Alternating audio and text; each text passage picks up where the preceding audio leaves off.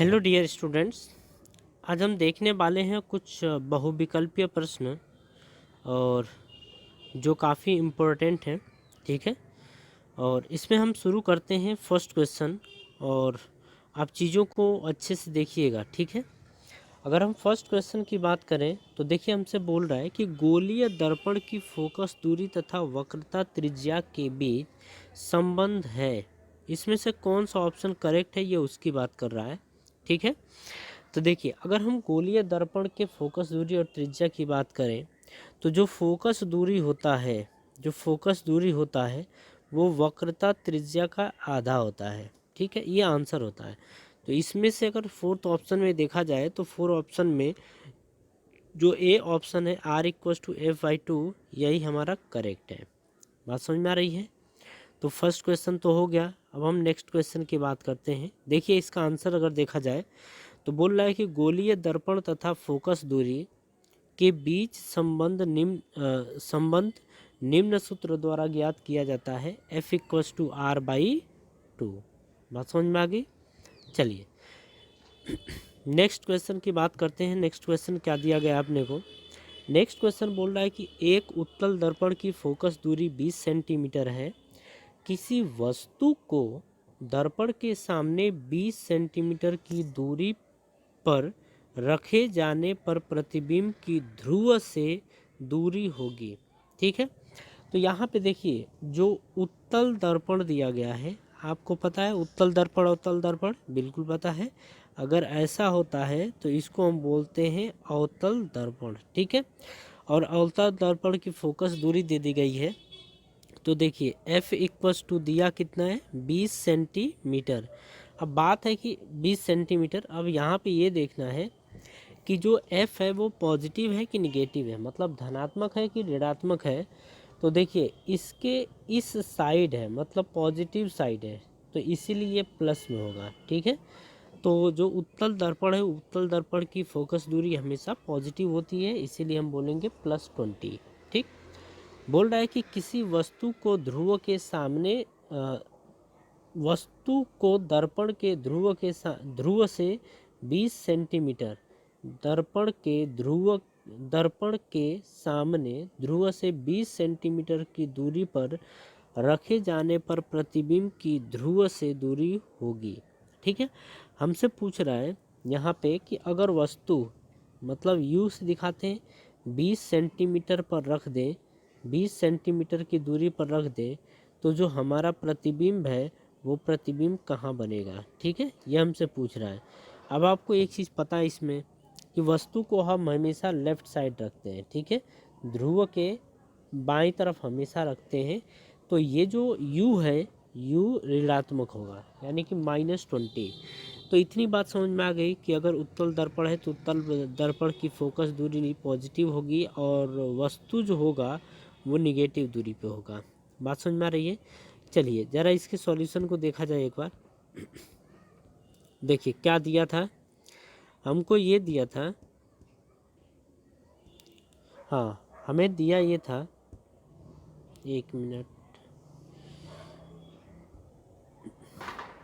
चलिए देखिए दिया था कि f की वैल्यू +20 बिल्कुल सही है, u की वैल्यू -20 बिल्कुल सही है। दर्पण में फार्मूला आपको पता है। अच्छा एक चीज़ और समझिएगा कि उत्तल दर्पण की फोकस दूरी धनात्मक होती है, ये बात आप ध्यान रखिएगा। ठीक है, आगे बात की जाए दर्पण के सूत्र से 1/f = 1/v + 1/u।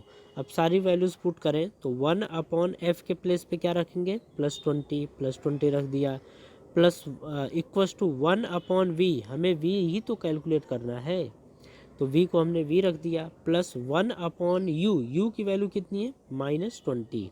बात समझ में आई? चलिए सारी वैल्यूज़ जब हमने यहाँ पुट की तो 1/v = आ गया 1/20। लेकिन अब बात है कि v निकालना है, तो यहाँ से देखिएगा क्या है, इसको हम ऐसे भी लिख सकते हैं कि 1/v, देखिए ये माइनस है और ये प्लस है, तो मल्टीप्लाई करेंगे तो माइनस आएगा, तो ये आ जाएगा -1/20, ऐसा कुछ आ गया। अब क्या करते हैं इसको कि इसको लेके चलते हैं इस साइड, यानी कि 1/f1 के साइड। तो यानी कि ये 20 है इसकी तरफ, ठीक है, इसकी तरफ हम इसको उठा के लेके चलते हैं तो ये माइनस से इधर आएगा तो प्लस हो जाएगा, तो 1/v इक्वल्स टू 1/20 प्लस 1/20 यानी कि 2/20। तो जब डिवाइड करेंगे तो ये 10 टाइम क्रॉस होगा, ठीक है, 10 टाइम क्रॉस होगा तो ये आ गया है यहाँ पे कि 1/v इक्वल्स टू 1/10, ऐसा कुछ आया है। अब देखिए इज इक्वल्स टू, अगर v को पलटेंगे यानी कि v लिखेंगे तो देखिए ये जब पलटेंगे तो ये भी पलट जाएगा, तो ये आ जाएगा इक्वल्स टू 10 सेंटीमीटर, ठीक है, और ये प्लस में आया है, यानी कि जो इसका प्रतिबिंब बनेगा वो प्रतिबिंब किधर बनेगा, वो प्रतिबिंब बनेगा इस साइड में। बात समझ में आ रही है? तो इसका आंसर v की वैल्यू 10 आ गई। ध्यान रखिएगा इतनी बातें। चलिए थर्ड क्वेश्चन की बात करते हैं। थर्ड क्वेश्चन क्या दिया गया है, बोल रहा है कि वायु के सापेक्ष जल और कांच के अपवर्तनांक क्रमशः 4/3 और 5/3 है, ठीक है, यह हमसे बोल रहा है। तो बोल रहा है कि कांच का, क्वेश्चन ध्यान से समझिएगा, ठीक है, बोल रहा है कांच का जल के सापेक्ष अपवर्तनांक होगा, इसमें से कौन सा है। तो देखिए किसका पूछ रहा है, कांच का, तो हम लिखेंगे यहाँ पे जो डिनोट किया जाएगा अपवर्तनांक वो n से डिनोट किया जाएगा, ठीक है, और हम यहाँ पे लिखने वाले हैं कि n, और किसका हमसे बोल रहा है, हमसे बोल रहा है कांच का, तो Ng, और किसके सापेक्ष बोल रहा है, कांच का किसके सापेक्ष, जल के सापेक्ष, तो NgW, इसको ऐसे पढ़ा जाएगा NgW। तो ये हुआ हमारा क्वेश्चन, ठीक है, हमसे बोलेगा NgW बताइए क्या होगा। अब देखिए हमें ये पता है कि दिया गया है कि वायु के सापेक्ष जल का, मतलब कि वायु के सापेक्ष, लेकिन किसका, जल का, यानी कि वाटर का वायु के सापेक्ष ये दिया गया है, ये 4/3 है, ठीक है। यहीं पे हमसे आगे बोल रहा है कि कांच का, तो बोल रहा है कि n, यहाँ पे g किसके सापेक्ष, वायु के सापेक्ष, यह है 5/3, बात ठीक है। चलिए आगे अब समझते हैं इसमें। अब इसी वैल्यू को पुट कर देंगे यहाँ पे, तो देखिए ध्यान से, यहाँ पे जो फॉर्मूला होता है NgW ये होता है बराबर में NWA,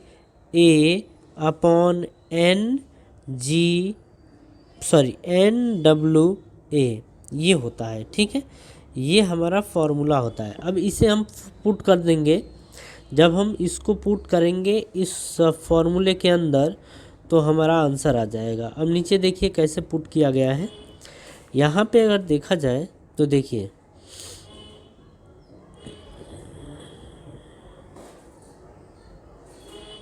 हाँ, यहाँ पे देखिए क्या दिया गया है, NWA, यानी कि ये बोल रहा है कि यहाँ पे पानी का अपवर्तनांक है वायु के सापेक्ष, ये 4/3 है। फिर बोल रहा है कि कांच का अपवर्तनांक वायु के सापेक्ष 5/3 है। तो कांच का अपवर्तनांक वायु के सापेक्ष, तो ये फॉर्मूला है, फॉर्मूले में पुट करेंगे तो देखिए NaW या NGA की वैल्यू देखिए 5/3 है, तो 5/3 ऊपर रख देंगे। यहाँ पे NWA की वैल्यू देखिए, यहाँ पे 4/3 दिया गया है, नीचे रख देंगे 4/3। तो जब कट पिट करेंगे तो आएगा 5/4, ठीक है। इसका मतलब 5/4 कौन सा ऑप्शन है, अब देखिए 5/4 जो दिया है यहाँ पे वो 5/4 C ऑप्शन है, यानी कि इसमें जो C ऑप्शन हमारा है वो करेक्ट है। बात समझ में आ गई, सॉरी। अब देखिए आगे की बात करते हैं अपन। आगे फोर्थ देखिए क्या दिया है, फोर्थ हमको दिया है यहाँ पे, फोर्थ में ये बोल रहा है कि प्रकाश की कोई किरण कांच जो दिया है, कांच का अपवर्तनांक ये दिया है, ठीक है, से जल कांच से जल में जा रही है, जल में संचरित होती है, क्रांतिक कोण का मान होगा। तो आप एक बात ध्यान रखना यहाँ पे कि क्रांतिक कोण हमसे पूछ रहा है, ठीक है। और ये क्रांतिक कोण हम कहाँ देखते थे, हम देखते थे TIR यानी कि टोटल इंटरनल रिफ्लेक्शन, यानी पूर्ण आंतरिक परावर्तन। पूर्ण आंतरिक परावर्तन में क्रांतिक कोण का खेल खेला गया था, ठीक है।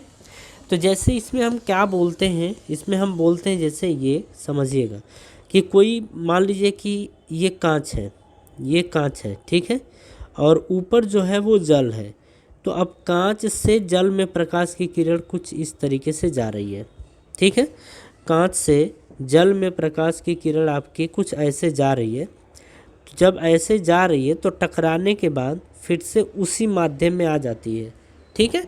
और उसी माध्यम में आ जाती है तो यहाँ पे क्या बोला गया है कि जो नीचे कांच है तो कांच का अपवर्तनांक 3/2 है, और जो पानी है उसका अपवर्तनांक 4/3 है, ठीक है। कुछ ऐसा दिया गया है। अब आगे आप समझिए, क्रांतिक कोण का जो फॉर्मूला होता है, एक्चुअल में फॉर्मूला होता कैसा है वो देखिए। हमसे बोल रहा है क्रांतिक कोण का मान ज्ञात करिए। क्रांतिक कोण कब देखने को मिलता है, अच्छा TIR का केस तो ये हुआ, क्रांतिक कोण कब देखने को मिलता है, अब ज़रा उसको भी आप समझिए, ठीक है। देखिए जैसे ये प्रकाश की किरण ऐसे गई, अब क्या होता है कि प्रकाश की किरण जब ऐसे जाती है, जो ये तल है इसके समांतर, तो हम देखते हैं कि देखिए इसको बोला जाएगा, इसको I बोल देंगे या C बोल देते हैं, ठीक है। ये क्रांतिक कोण हो गया, लेकिन ऊपर जो है ये 90 अंश का कोण बन गया है। कितने अंश का, 90 अंश का कोण बन गया है। तो यहाँ पे I की बात करें तो वो C के बराबर है, लेकिन R की बात करें तो वो 90 डिग्री के बराबर है। इतनी बात समझ में आ रही है। अब इन वैल्यूज़ को क्या करेंगे, जैसे हमें स्नेल्स लॉ पता है। स्नेल्स लॉ हमारा क्या होता है, स्नेल्स लॉ ये होता है कि अगर आप इस माध्यम में हैं, अगर इस माध्यम में नीचे वाले माध्यम में हैं, तो उसका अपवर्तनांक आपका दिया गया है n। हम लिख लेते हैं, कांच की बात कर रहा है तो Ng, ठीक है। फिर यहाँ पे साइन I, और I की वैल्यू किसके बराबर है, C के बराबर, तो लिख देंगे C बराबर। अब देखिए ये जो ऊपर वाला माध्यम है ये पानी है, तो हम लिखेंगे NW, तो पानी का अपवर्तनांक इनटू, अब यहाँ पे आ जाएगा साइन R, और R की वैल्यू कितनी दे रखी है, 90 अंश, तो ये आ जाएगा 90 डिग्री। बात समझ में आ रही है। चलिए अब ये आ गया Ng के प्लेस पे आप पुट करिए, तो Ng के प्लेस पे आप क्या पुट करेंगे, Ng के प्लेस पे पुट करेंगे 3/2, तो यहाँ पे पुट करिए 3/2, तो 3/2 ये पुट कर दिया। यहाँ पे आपने साइन C लिख दिया बराबर NW के प्लेस पे 4/3 आप पुट करिए, तो NW के प्लेस पे हम पुट करेंगे 4/3। साइन 90 की वैल्यू होती है 1, ठीक है। अब देखिए साइन C की जो वैल्यू आ गई है वो 4/3/3/2 आ गई, ठीक है। चलिए इधर आते हैं, इसको लेके यहाँ पे साइन C की वैल्यू निकालेंगे, तो साइन C बराबर जो आएगा वो आएगा 4/3 बटे में 3/2 बटे में 3/2, ये आ गया बटे में 3/2 ये आ गया, ठीक है। 4/3 और 3/2, तो बीच का बीच में गुणा हो जाएगा, ऊपर का नीचे का ऊपर चला जाएगा, ठीक है। तो देखिए 2 चौक को 8, और नीचे जो आया है 3 त्रिके 9, तो देख रहे हैं कि साइन C बराबर आ गया 8/9। तो यहाँ पे हमने देखा कि जो साइन C की वैल्यू आ रही है, यहाँ पे हम जो देख रहे हैं कि जो साइन C की वैल्यू आ रही है, वो साइन C की वैल्यू कितनी आ रही है, 8/9। तो हम देख रहे हैं कि साइन C बराबर आ गया 8/9, ठीक है। तो यहाँ पे अब C की वैल्यू जो आएगी वो आएगी साइन इनवर्स 8/9, तो साइन इनवर्स 8/9 ये हमारा आंसर आ गया। अब मैच कराइए कौन सा है, साइन इनवर्स 8/9, तो साइन इनवर्स 8/9, साइन इनवर्स 8/9 ये कुछ गड़बड़ कर दिया है, तो ये दोनों ऑप्शन करेक्ट हो गए हैं। ठीक है, मतलब जो भी दिया रहेगा वो आप कर लोगे, दोनों में से कोई भी आप टिक कर सकते हो, यही आपका आंसर हो जाएगा। ठीक है, चलिए 5th नंबर का क्वेश्चन समझते हैं। बोल रहा है कि यदि किसी माध्यम से निर्वात में पूर्ण आंतरिक परावर्तन के लिए क्रांतिक कोण 30 अंश है तो माध्यम में प्रकाश का वेग है। ठीक है, ये हमसे क्वेश्चन कर रहा है। अब समझिएगा, यहाँ पे इसका मतलब कि C दे दिया है हमें 30 डिग्री, ये C की वैल्यू दे रखी है। ठीक है, 30 डिग्री C की वैल्यू है। आगे पूर्ण आंतरिक परावर्तन है, तो अब यहाँ पे समझिएगा, जैसे मान लीजिए कि कोई प्रकाश की किरण थी जो यहाँ से चली ऐसे जा रही थी। ठीक है, ऐसे जा रही थी और प्रकाश की किरण पूर्ण मतलब TIR का केस है, पूर्ण आंतरिक परावर्तन का है, तो क्रांतिक कोण आपका कुछ ऐसे ये बनेगा, लेकिन जो क्रांतिक कोण आपका होगा वो ये होगा। ठीक है, और यही दिया गया है 30 डिग्री। अब देखिए स्नेल लॉ लिखें तो कैसे लिखेंगे, यहाँ पे बोल रहा है कोई माध्यम है, तो माध्यम में हम मान लेते हैं कि ये N1 है। ठीक है, और ये माध्यम N2 है, लेकिन N2 की वैल्यू 1 होगी क्योंकि फिर वायु में जा रही है। ठीक है, तो ये होगा। अब बात करते हैं यहाँ पे इसकी, तो क्रांतिक कोण की ही ना बात कर लें। ठीक है, लेकिन क्रांतिक कोण की बात करने से पहले हम चीज़ों को समझ लें अच्छे से, तो ज़्यादा बेहतर रहेगा। जैसे हमने फॉर्मूला लिखा था कि I, या फिर ऐसे लिखा था N1, तो हम लिखेंगे N1 साइन I की वैल्यू 30 डिग्री है, तो लिख लो 30 डिग्री बराबर N2, और N2 की वैल्यू 1 है, तो हम लिख लेंगे N2। ठीक है, इज इक्वल्स टू ये N2 साइन R, ऐसा कुछ है। लेकिन R की वैल्यू फिर क्या होती है, R की वैल्यू होती है 90 डिग्री। R की वैल्यू क्या होती है, 90 डिग्री। जब 90 डिग्री होती है तो हम ये बोल सकते हैं, अच्छा N2 की वैल्यू कितनी अभी हम आ गई थी, 1 आ गई है, इसकी भी वैल्यू कितनी आ गई है, 1 आ गई है। ठीक है, या फिर इसको अभी रहने दो, हम बाद में करेंगे, लेकिन इसकी वैल्यू 1 के बराबर लिख लो आप। तो ये साइन 30 की वैल्यू अगर देखी जाए तो साइन 30 की वैल्यू क्या आई है, तो साइन 30 की जो वैल्यू आई है वो साइन 30 की वैल्यू को अपन लिख सकते हैं यहाँ पे N2/N1। ठीक है, एक और फार्मूला होता है, उस फार्मूले को भी देखा जाए तो वो देखिए फार्मूला क्या होता है।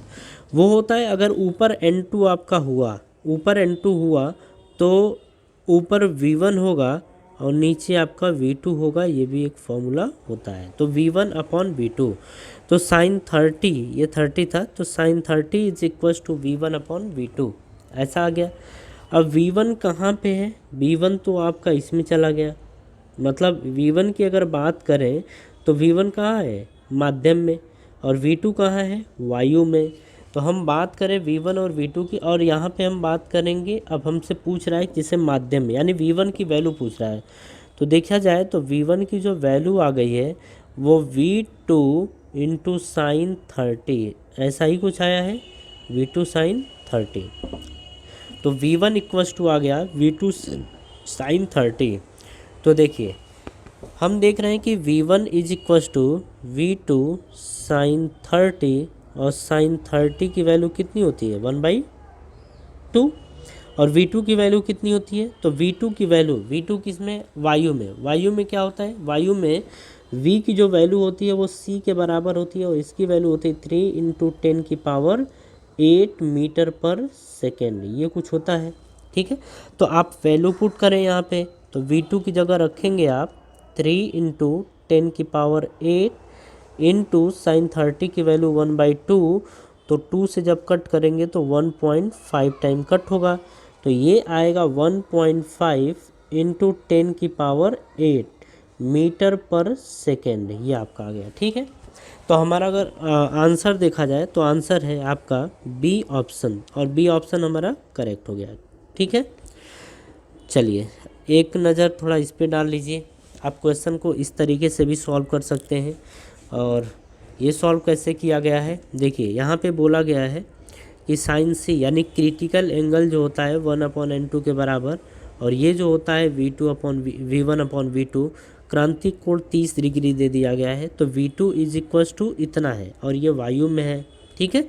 साइन 30 इक्वस टू V1/V2 और नीचे नेक्स्ट क्वेश्चन, छठा क्वेश्चन क्या दिया है कि किसी माध्यम में क्रांतिक कोण को व्यक्त होता है, किसी सघन माध्यम में क्रांतिक कोण व्यक्त होता है IC इज इक्वल्स टू, ये दिया गया हमें tan इनवर्स 5/7, ठीक है।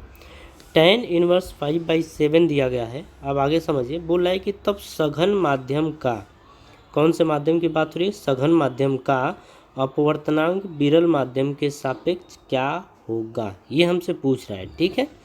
चलिए अब इसे हम समझते हैं। यहाँ पे आप एक सॉल्यूशन देख लीजिए इसी का, कि यहाँ पे अपने को दिया गया था IC और IC की वैल्यू tan इनवर्स यहाँ पे 5/7 ये दिया गया है।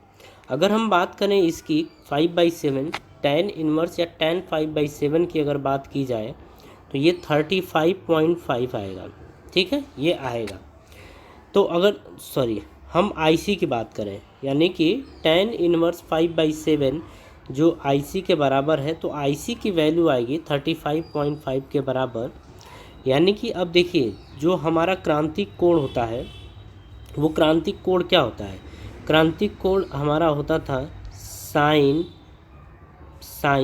C is equals to 1/n, या क्रांतिक कोण को लिखते हैं अपन C is equals to sine inverse 1/n, हम कुछ ऐसा लिखते हैं, ठीक है। तो अगर साइन इनवर्स 1/n लिखें तो हम ऐसा भी तो कर सकते हैं कि इसको आप, चलिए इस वाले पोर्शन को हम हटाएं, तो इस वाले पोर्शन को देखिए, यहाँ पे हम इसको भेज दें तो इसको हम यहाँ भेज दें, तो इसी को भेजें तो n is equals to 1/sin C आ गया है, ठीक है। मतलब देखिए सेम तरीके का है। अब बात हो रही है कि n की वैल्यू 1/sin 35.5, अगर हम इस वैल्यू की बात करें, sin 35.5 की वैल्यू की बात करें तो ये 1/0.58 आया है, ठीक है। देखिए आपको कैसे पता चलेगा कितना ही आना है, sin 37 की वैल्यू कितनी होती है, आप ना ऐसे निकालिएगा, जैसे sin 37 की वैल्यू कितनी, sin 30 डिग्री की वैल्यू होती है 1/2, और 1/2 का मतलब होता है 0.5, ठीक है, 0.5 होता है। तो अगर 30 डिग्री की वैल्यू 0.5 है तो इसका मतलब 35.5 की वैल्यू थोड़ी सी ज़्यादा होगी, और थोड़ी सी का मतलब कितना ज़्यादा, हम मान लेते हैं कि 0.8 ज़्यादा हो गया, 0.08।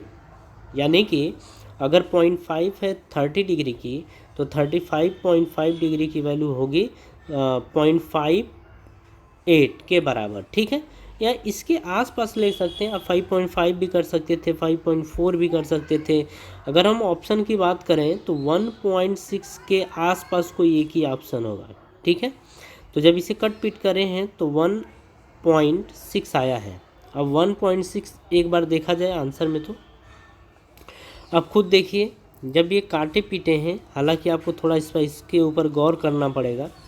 जो इसकी वैल्यू आई है, एक तो 1.4 आई है, ठीक है, और एक 1.6 आया है।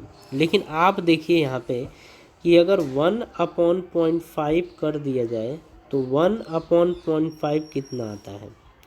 तो अगर इसके वैल्यू की बात करें तो ये आता है आपका लगभग 2 के बराबर, कितने के बराबर, 2 के बराबर आता है, ठीक है। तो 2 से कम देखिएगा, 2 से बहुत ज़्यादा कम आपको नहीं देखना है, 2 से थोड़ा सा कम देखना है। तो 2 से थोड़ा सा कम की बात करें तो 1.14 है और 1.16 है, तो हम कह देंगे कि 1.6 के बराबर ही ये आंसर होगा, ठीक है। चलिए नेक्स्ट क्वेश्चन देखा जाए। नेक्स्ट क्वेश्चन हमारा है, बोल रहा है यहाँ पे कि अपवर्तन की घटना में निम्न में से कौन सी राशि अपरिवर्तित रहती है, ठीक है। देखिए अपवर्तन की घटना में प्रकाश की चाल कौन सी राशि अपरिवर्तित, मतलब कौन सी राशि में कोई परिवर्तन नहीं होता है, इसकी बात हमसे पूछ रहा है।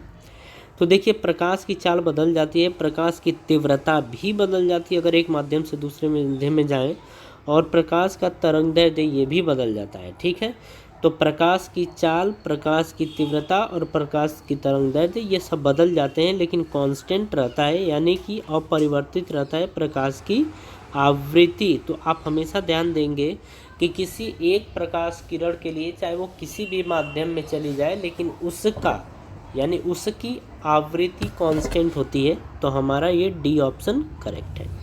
ठीक है, चलिए 8th वाले क्वेश्चन की बात करें। क्या हमसे बोल रहा है कि जब एक वर्णी प्रकाश निर्वात से किसी पारदर्शी माध्यम में प्रवेश करता है, ठीक है, निर्वात से किसी पारदर्शी माध्यम में, मतलब एक माध्यम से दूसरे माध्यम में जाता है, तो प्रकाश का कौन सा अभिलक्षण अपरिवर्तित रहता है। फिर से ऊपर वाला ही क्वेश्चन है, बोल रहा है तीव्रता परिवर्तन होता है, चाल परिवर्तन होता है यानी परिवर्तित होती है, तरंगदैर्ध्य भी परिवर्तित होती है, लेकिन आवृत्ति परिवर्तित नहीं होती है, मतलब सी ऑप्शन करेक्ट है। ठीक है, चलिए अब हम बात कर रहे हैं 9th नंबर के क्वेश्चन की। बोल रहा है निरपेक्ष अपवर्तनांक का मान है। तो देखिए अगर हम बात करें एब्सोल्यूट रिफ्रैक्टिव इंडेक्स यानी निरपेक्ष अपवर्तनांक के मान की, तो ये हमेशा 1 से बड़ा होता है, हमेशा 1 से बड़ा होता है। ठीक है, बात समझ में आ रही है। तो यहाँ पे आंसर देखिए बी ऑप्शन करेक्ट है। तो निरपेक्ष अपवर्तनांक का मान सदैव 1 से अधिक होगा, क्योंकि वायु अथवा निर्वात किसी अन्य माध्यम की तुलना में सदैव विरल माध्यम होता है। ठीक है, ये हमारा आंसर है। चलिए 10th नंबर के क्वेश्चन की बात करें तो 10th क्या दिया गया है, देखिए बोल रहा है कि यदि सघन माध्यम में आपतन कोण क्रांतिक कोण के बराबर हो जाए, आपतन कोण, ठीक है, क्रांतिक कोण के बराबर हो तो अपवर्तन कोण होगा। तो देखिए आपतन कोण और क्रांतिक कोण दोनों बराबर हो जाएं तो ये कब होगा।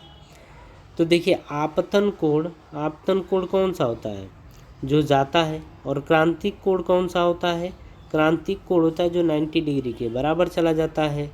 तो बोल रहा है कि अपवर्तन कोण क्या होगा। तो देखिए अगर हम बात करें कि आपतन कोण और बोल रहा है क्रांतिक कोण में जो आर होता है वो कितना होता है 90 डिग्री।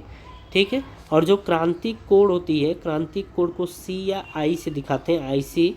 तो जब आई सी होता है, मतलब हम बोलते हैं ऐसे कि आई की वैल्यू जब आई सी के बराबर होता है यानी क्रांतिक कोण के बराबर होता है, तो जो अपवर्तन कोण होता है वो 90 डिग्री के बराबर होता है, इसीलिए सी ऑप्शन क्या है, करेक्ट है। ठीक है, नेक्स्ट